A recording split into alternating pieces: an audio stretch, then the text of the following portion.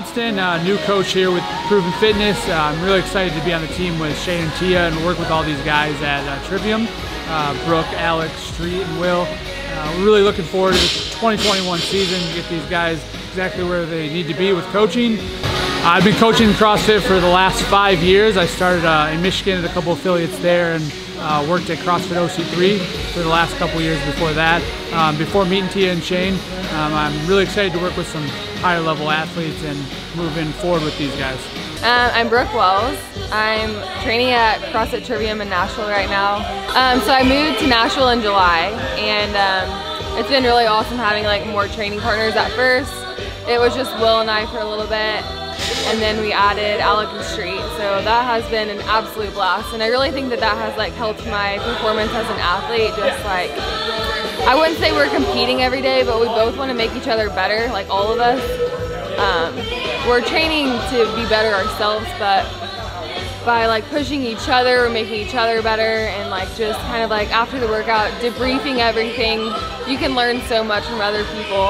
And then also, I just changed coaches to Shane, and so I'm super excited for that. Been working with them for about maybe like 4-ish weeks now, and I've just already been like doing stuff that I haven't done before, learning stuff already. Was with them for 4 days, learned so much about technique issues, and so I'm really, really excited for this year to keep getting better and working with Shane and Tia with Proven.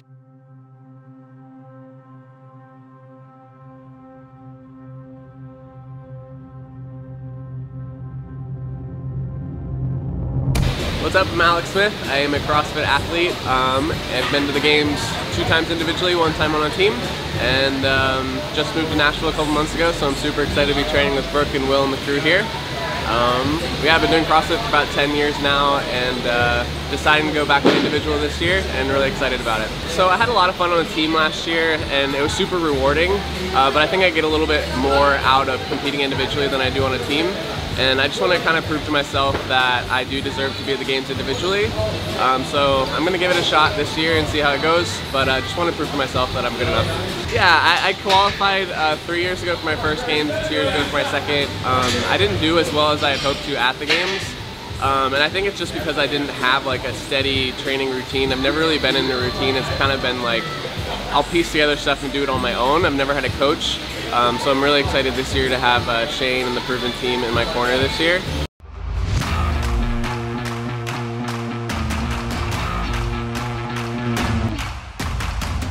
Will Morad, 2-time CrossFit Games athlete. Coach a bunch of sanctioned event athletes. I don't know what they're called now with the new season. Maybe they'll be regional athletes. Yeah, man, been doing CrossFit since 2014. Played Division I soccer before that. Pretty much a lifetime athlete. Team sports were over for me in 2011.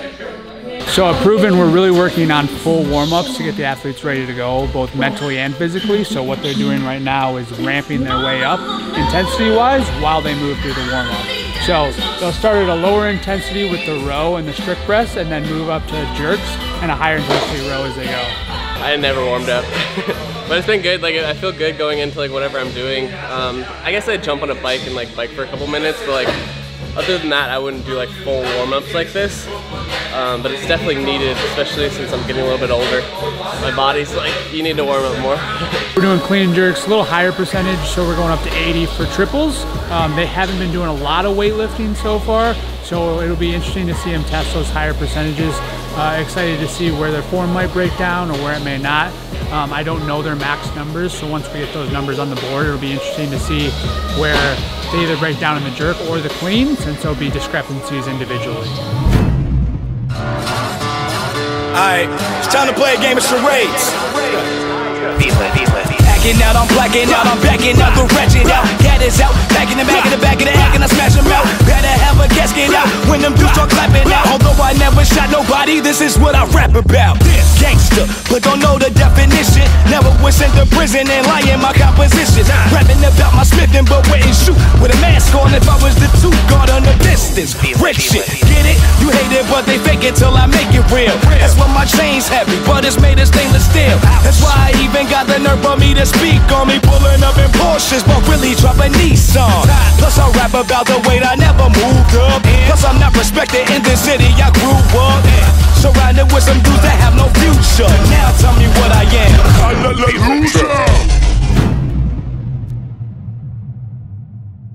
Yeah, so we started with clean and jerks today. Today was kind of the first heavy day, and we usually have been doing like work up to like a heavy and then do a drop set, and today was like build to a heavy 3, singles, and then another heavy 3, so we ended with that heavy set. And it was tough.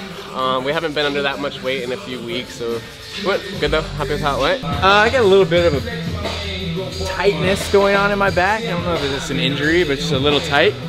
So just playing it smart feels good to power clean. I don't think I have a preference.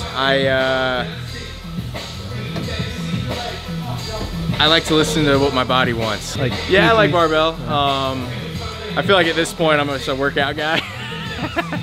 But sometimes if you're a little bit tight, it just makes sense to change the movement up just so you don't make yourself unnecessarily sore from a session. And the weights were light enough today where I could power all of them anyways. It's more important to keep your body healthy and slightly adjust a session as opposed to just like grinding yourself into the ground, especially this far out from competition. You just want to make sure you're feeling good, and if you need to adjust it, you're still getting as close to what is intended for the day or what is intended for the training session as you can. So.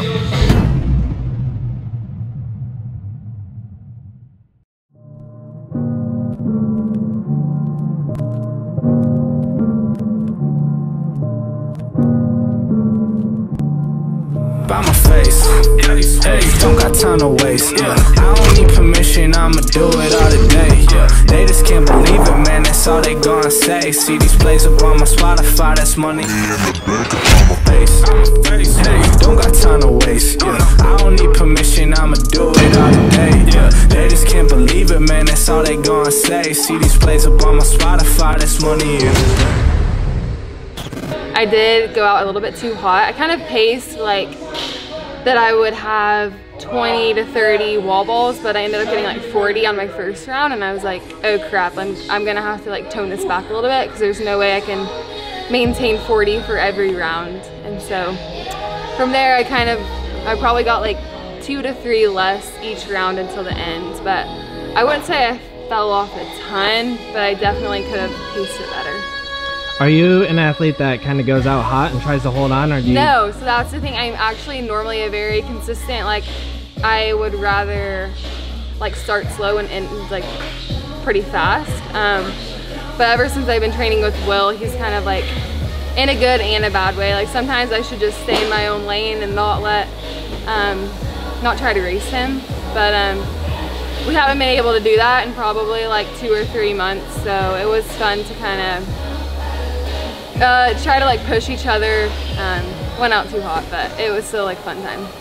So the workout was ski toe to our wall ball, and the goal of the workout was to go a little bit easier in the first couple rounds and then harder in the last few rounds. And it was a max set of wall ball, and so I was able to stay consistent and go like 30, 30, 30, and then end with 32.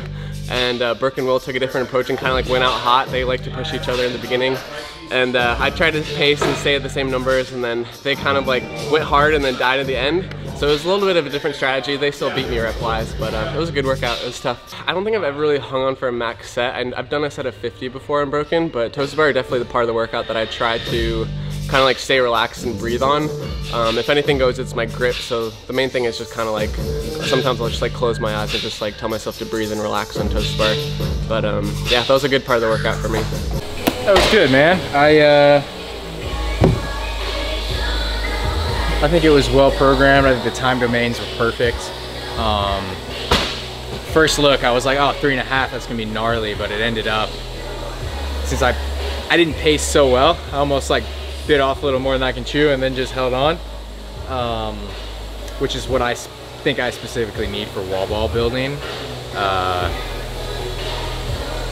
Looking back, if I were to pace it, I probably would have skied a little bit slower, broke my toe to bar every round, and then held on for bigger sets on the wall ball every round. And I think I could have averaged more wall balls.